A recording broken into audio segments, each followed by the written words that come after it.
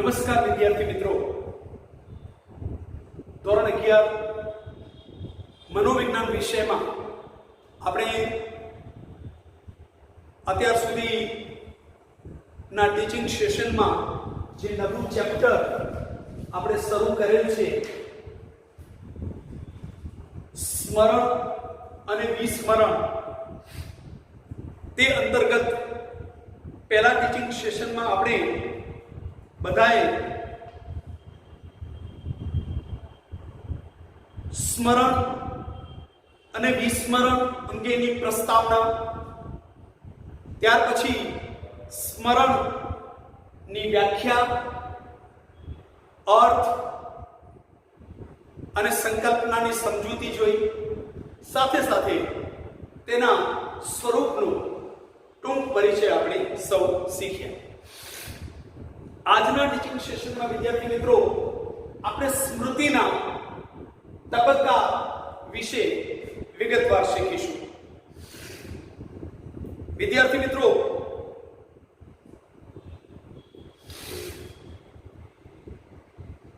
મનોવૈજ્ઞાનિકોનું એવું માનવું થાય છે કે આપણે જો કોઈ પણ પ્રકારની માહિતીને આપણે સફળતાપૂર્વક રિકોલ કરવી હોય, પૂર્ણપણે અને અર્થસભર એવી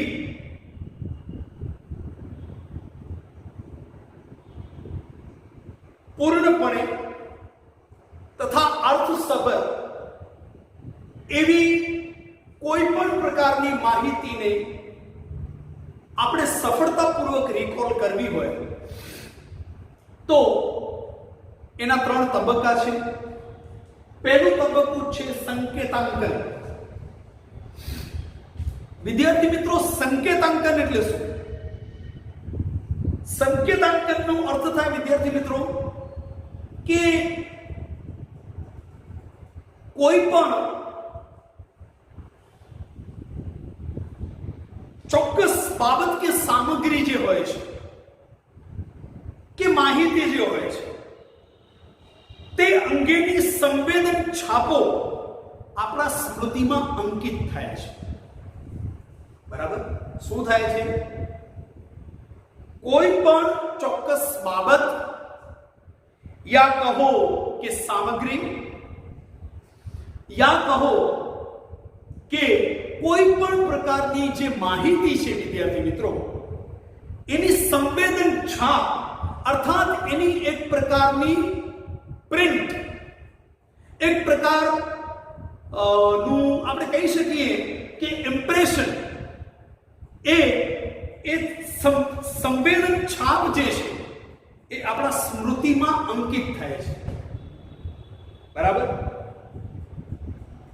તમે કહેશો સર ઉદાહરણ આપીને સમજાવો, તો તમે માની લો કે પહેલી વખત ટ્રેનમાં મુસાફરી કરી રહ્યા છો અને તમે કોઈ રેલવે દુર્ઘટનાને તમારી આંખે નિહાળી છે, એના તમે સાક્ષી રહ્યા છો. બરાબર? એના તમે પ્રત્યક્ષ અનુભવી રહ્યા છો. તો એ જે રેલવે દુર્ઘટના ઘટી, તમે એક રેલવેમાં મુસાફરી કરી રહ્યા છો અને બાજુના ટ્રેક પર જે રેલવે દુર્ઘટના ઘટી છે એ જે બાબત જે છે, ચોક્કસ એ સામગ્રી જે છે, યા કહો કે એ દ્રશ્યો અને એની સાથે સંકળાયેલ માહિતી જે છે, એની છાપ તમારા મગજ પર અંકિત થાય છે. પરિણામ સ્વરૂપ જ્યારે તમે રેલવે મુસાફરી કરો છો ત્યારે તમે જોજો તમારી રેલવે મુસાફરી સલામત હોવા છતાંય તમને એ ઘટના જે છે, એ જે અનુભવ જે છે, યા કહો કે એ દ્રશ્યો અને એની સાથે સંકળાયેલ માહિતી જે છે, જેની સંવેદન છાપ સ્મૃતિ પર અંકિત થયેલ છે, એ શું થાય છે? પાછું સ્મૃતિ પટ પર તાજી થાય છે. બરાબર? એ રિલાઈવ થાય છે. બરાબર? રિલાઈવ અર્થાત પુનઃ એ જે પ્રસંગ જે છે, જો કે એને દુર્ઘટના કહેવાશે, એ પુનઃ આપણા માનસ પટ પર એ ઉપસી આવે છે. બરાબર? અને આપણને એ જે તે સમયની જે રેલવે દુર્ઘટના ઘટી એની નકારાત્મક યાદ અપાવે છે. બરાબર? અને ઘણી વખત આપણે એ દુર્ઘટનાને આપણી સાથે પ્રવાસમાં જે છે આપણા સગા સંબંધી એની સાથે આપણે શેરિંગ પણ કરીએ છીએ. બરાબર? તો એને કહેવાશે સંકેતાંકન. બરાબર? એ જે સંવેદનોની છાપ જે આપણા, બરાબર સ્પષ્ટ સમજો, એ રેલવે દુર્ઘટના દરમિયાન તમે જોયેલા દ્રશ્યો ની છાપ જે છે, સંવેદન છાપ, એ સંવેદન છાપ વિદ્યાર્થી મિત્રો આપણા સ્મૃતિ પટ પર અંકિત થાય છે. એને કહેવાય સંકેતાંકન. બરાબર? એન્કોડિંગ ઇંગ્લિશમાં કહેવાય છે. બરાબર? હવે ઘણી વખત એવું બને છે કે કેટલીક વખતે આપણે આપણા કોઈ પણ જાતના સભાનપૂર્વકના પ્રયત્ન વગર જ અમુક માહિતીના સંકેતો મગજમાં અંકાઈ જાય છે. કેટલીક વખત શું બને છે? આપણા સભાનપૂર્વકના પ્રયત્નો જે છે, સભાનપણે જે પ્રયત્નો છે, યા સભાનપૂર્વકના પ્રયત્નો જે છે, બરાબર, એના વિના જ અમુક માહિતીના સંકેતો જે છે એ સ્વયં મગજમાં અંકાઈ જાય છે. બરાબર?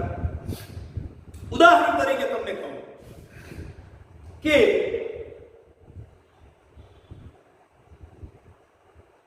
કોઈ આપણને પ્રશ્ન પૂછે છે કે ભાઈ માની લો કે સખત તાપ અને ગરમી છે, લૂ છે, તમને પાણીની ખૂબ જ તરસ લાગી છે અને તમારા પાસે જે પાણીની બોટલ છે એ તૂટી ગયું છે, પરિણામ સ્વરૂપ પાણી બધું વેડફાઈ ગયું છે, તો શું થાય છે? તો તમે તુરંત એનું સંકેતાંકન તમને થયેલું છે અને તમે કોઈ પણ પ્રકારના સભાનપૂર્વકના પ્રયત્ન વગર તમે તુરંત એને કહી દેશો કે ભાઈ ગળું સુકાઈ જાય અને જાણે જીવ નીકળતો હોય એવી અનુભૂતિ થાય છે. અને એવા સમયે જે કંઈ પણ પીવા મળે, કદાચ પાણી ન મળ્યું તો કોઈ પણ સોફ્ટ ડ્રિંક્સ ન મળી તો છાશ, એવું કંઈ પણ જે છે એ પ્રવાહી જરૂરી બનતું હોય છે. બરાબર? એટલે આ સંકેતાંકન કેવું છે? એ સભાનપણે પ્રયત્ન કર્યા વગર જ, મેં તમને કીધું એ પ્રમાણે, એ માહિતીના સંકેતો આપણા, એ માહિતી, એ મેં તમને કીધું એ પ્રમાણે એ ઘટના યા કહો કે એ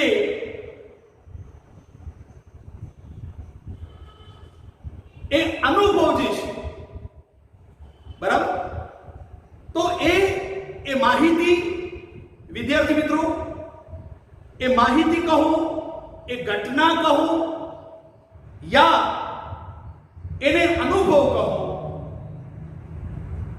એના સંવેદનોની છાપ આપણા મગજ પર કોઈ પણ પ્રકારના સભાનપણે પ્રયત્ન ન કરીએ છતાંય અંકાઈ જાય છે. બરાબર? તો સામે કેટલીક વખત એવું બને છે કે કોઈ ચોક્કસ, માની લો માહિતી છે, કોઈ ચોક્કસ ઘટના યા કહું કે કોઈ ચોક્કસ અનુભવ જે છે એને આપણે સભાનપણે યાદ રાખવા માંગતા હોઈએ તો આપણે શું કરીએ છીએ? આપણે બને તેટલું સાહચર્યનો ઉપયોગ કરીએ છીએ, કોઓર્ડિનેશન. તમે કહેશો સર આ વસ્તુ ન સમજાય. જો હું તમને પ્રેક્ટિકલી સમજાવું. દાખલા તરીકે માની લો કે 2 ઓક્ટોબર, એ માની લો કે એ 2 ઓક્ટોબરના દિવસે યા 2 ઓક્ટોબર ન લેતા ને આપણે બીજું કોઈ પણ ઉદાહરણ લઈ લઈએ કે માની લો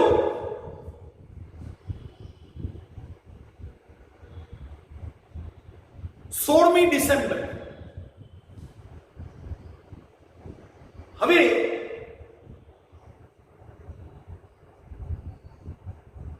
કોઈકનો માની લો કે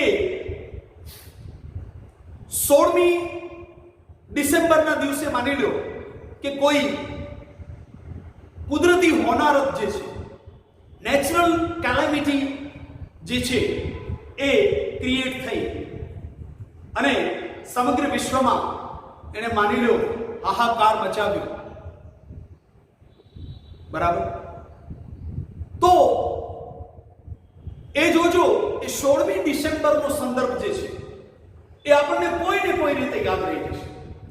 જોકે આપણે એમાં સાહચર્યનો ઉપયોગ કઈ રીતે કરી શકીએ? તો એ જ તારીખને યાદ રાખવા માટે ઘણી વખત આપણે માની લો કે 16મી ડિસેમ્બરના કોઈ અન્ય રાષ્ટ્રીય કે આંતરરાષ્ટ્રીય દિવસની ઉજવણી થતી હોય, બરાબર, એના સાથે એનો સંદર્ભ જોડી અને આપણે એને યાદ રાખી લઈએ છીએ. જેમ કે 5મી જૂન પર્યાવરણ દિવસ તરીકે આપણે સૌ ઉજવીએ છીએ. બરાબર? હવે તમે જાણો છો કે આપણે યાદ રાખવું છે વિશ્વ યોગા દિવસ. ક્યારે ઉજવવામાં આવે છે? તો કે 21મી જૂન. હવે એને આપણે સભાનપણે યાદ રાખવું હોય તો આપણે એનું સાહચર્ય કોની સાથે સ્થાપિત કરશું? 5મી જૂન સાથે. કારણ કે 5મી જૂનના આપણે પર્યાવરણ દિવસ ઉજવીએ છીએ અને 21મી જૂનના દિવસે આપણે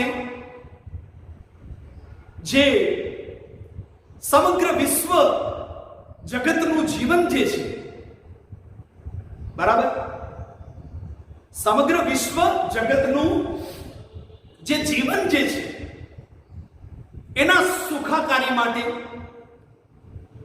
અર્થાત એના સ્વાસ્થ્ય માટે, એની સલામતી માટે ના એક ભાગ રૂપે આપણે વિશ્વ યોગા દિવસ ઉજવીએ છીએ. એટલે આ થયું સાહચર્ય. બરાબર? તો અહીંયા શું થાય છે કે સંકેતાંકન જેટલું આપણું કાળજીપૂર્વકનું હોય, જેટલું સભાનતાપૂર્વકનું હોય અને જેટલું ફર્મ હોય એટલું કશું પણ યાદ રાખવું આપણા માટે સરળ થઈ પડે છે. બીજો તબક્કો છે સંગ્રહ, સ્ટોરેજ. વિદ્યાર્થી મિત્રો, સંકેતાંકન પછીનો તબક્કો છે સંગ્રહ. અર્થાત અહીંયા જે કોઈ ચોક્કસ પરિસ્થિતિ ના સંદર્ભમાં, જે કોઈ ઘટનાના સંદર્ભમાં, જે જે કોઈ અનુભવના, મેં તમને કીધું ને કે કોઈ રેલવે દુર્ઘટના ઘટી તો એ અનુભવના સંદર્ભમાં અર્થાત એ સમયના દ્રશ્યો, બરાબર વિદ્યાર્થી મિત્રો, એ સમયના જે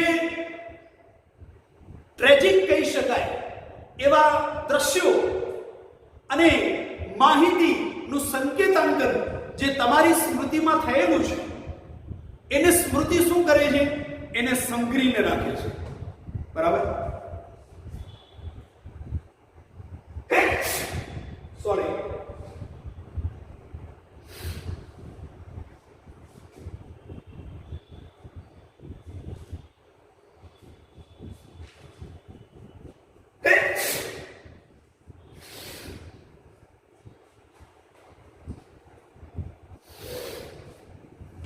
એને આપણી સ્મૃતિ શું કરે છે વિદ્યાર્થી મિત્રો? એનો સંગ્રહ કરે છે. યા કહો કે આપણી સ્મૃતિમાં એનો સંગ્રહ થાય છે. બરાબર? અને એના માટે આપણા મગજમાં કઈ કેટલાય ફેરફારો થાય છે અને એ મગજમાં કોઈ ચોક્કસ સ્વરૂપનો જે ફેરફાર જે થાય છે એને મનોવિજ્ઞાનની ભાષામાં ઘનીકરણ કહેવામાં આવે છે. બરાબર? અને એમાં મેં તમને કીધું એ પ્રમાણે શું થાય છે? એનું સ્ટોરેજ થાય છે. બરાબર? અને એના માટે મગજ પોતે પ્રોસેસ કરે છે. એના માટે આપણે કોઈ સભાનપણે પ્રયત્ન નથી કરવો પડતો. મેં તમને કીધું ને કે એ રેલવે દુર્ઘટના ઘટી તો એની સાથે સંકળાયેલ ટ્રેજિક સીન્સ, દુઃખ, પીડા, વ્યથા, વેદના જે છે એનો સંગ્રહ આપણું અચેતન મન આપોઆપ કરી લે છે. બરાબર? એના માટે એ સ્વયં સંચાલિત ચેતાતંત્ર જે છે એ અગત્યની ભૂમિકા ભજવે છે અને સભાનપણે કોઈ પ્રયત્ન ન કરવા છતાંય એનું સ્ટોરેજ, જેને આપણે સંગ્રહ કહીએ છીએ, એ સ્વાભાવિકપણે એનો સંગ્રહ થાય છે. ત્યાર પછી ત્રીજો તબક્કો છે પુનઃપ્રાપ્તિ. પુનઃપ્રાપ્તિ એટલે રીગેઇન. જે કોઈ માહિતીનું સંકેતાંકન થયું છે, જે કોઈ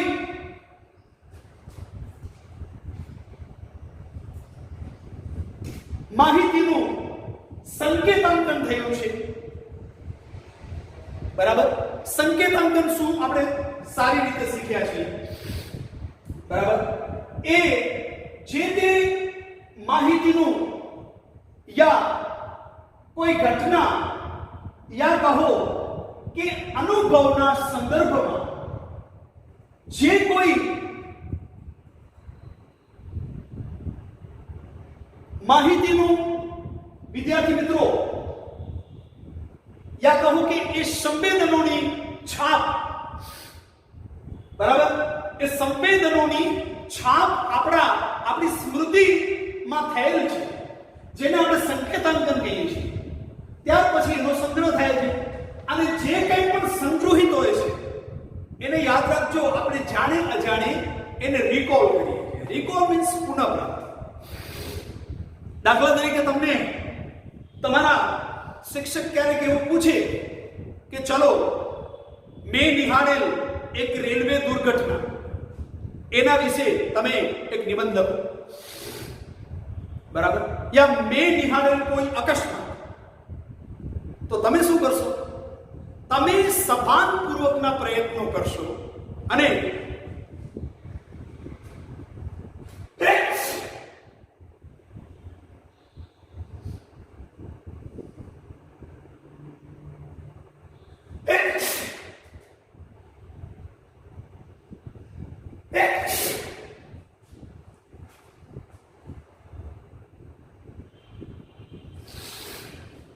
અને વિદ્યાર્થી મિત્રો, સોરી મને શરદી થઈ ગઈ છે, પણ ડરતા નહીં, કોરોના નથી. હા, નહીતર તમે હમણાં દૂર ભાગી જશો. બરાબર? એમ તો તમારા સાહેબની સાયકોલોજી શીખવું છું ને, એટલે એમ કહી શકું છું કે આપણે ઇંગ્લિશમાં એના માટે શબ્દ છે, ચાલો ગુજરાતીમાં કહી દો કે એમ તો ઇમ્યુનિટી પાવર. યસ, બરાબર. રોગ પ્રતિકારક ક્ષમતા જોરદારની છે અને વિલ પાવર તો અડગ છે, એટલે કોઈ પ્રશ્ન નથી. બરાબર? તો વિદ્યાર્થી મિત્રો, આપણે સભાનપૂર્વક પ્રયત્ન કરીએ છીએ અને સભાનપૂર્વક પ્રયત્નમાં આપણે શું કરીએ છીએ?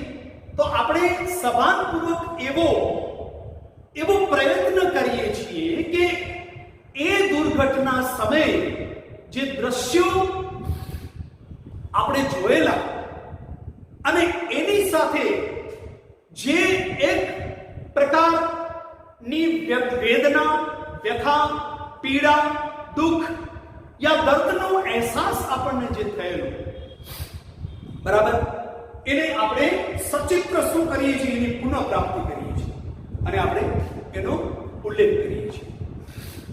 બરાબર? મહાન પુરુષોએ લખેલી આત્મકથાઓ એ પુનઃ પ્રાપ્તિનું શ્રેષ્ઠ ઉદાહરણ છે. યા કહો કે સંકેતાંકન સંગ્રહ અને પુનઃ પ્રાપ્તિ એનું શ્રેષ્ઠ ઉદાહરણ ગાંધીજીના સત્યના પ્રયોગો. બરાબર? એવી જ રીતે એપીજે અબ્દુલ કલામનું વિંગ્સ ઓફ ફાયર, એવી કઈ કેટલી આત્મકથાઓ જેટલી પણ લખાણી યા કોઈકના જીવન પર બરાબર આધારિત,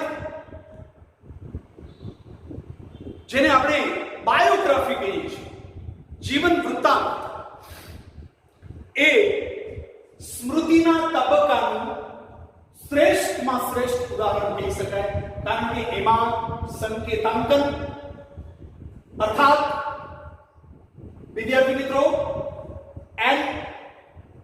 એન્કોડિંગ, સંગ્રહ, સ્ટોરેજ અને પુનઃપ્રાપ્તિ, રીગેન, બરાબર, એ ત્રણે ત્રણ તબક્કા આપણને જોવા મળે છે. બરાબર? હવે પછીના ટીચિંગ સેશનમાં આપણે સ્મૃતિના પ્રકારો વિશે શીખીશું. Till then, dear students, have a nice day. Take care of yourself. Prepare yourself very sincerely. Until then, goodbye and thank you so much once again. તમારી ચોથી એકમ કસોટીમાં વિદ્યાર્થી મિત્રો છઠ્ઠું ચેપ્ટર 11 મનોવિજ્ઞાનમાં છે જ, જે ચોથી એકમ કસોટી ઓક્ટોબરમાં લેવાની છે. તો ઇઝીલી આપણે આ વીકમાં જ આપણું જે છઠ્ઠું ચેપ્ટર છે એ સક્સેસફુલી આપણે શીખી લઈશું. Till then, goodbye. Have a nice day. Take care of yourself very, very sincerely and prepare yourself for the 4th unit test very, very sincerely with hard work. Until then, dear students, thank you all very much.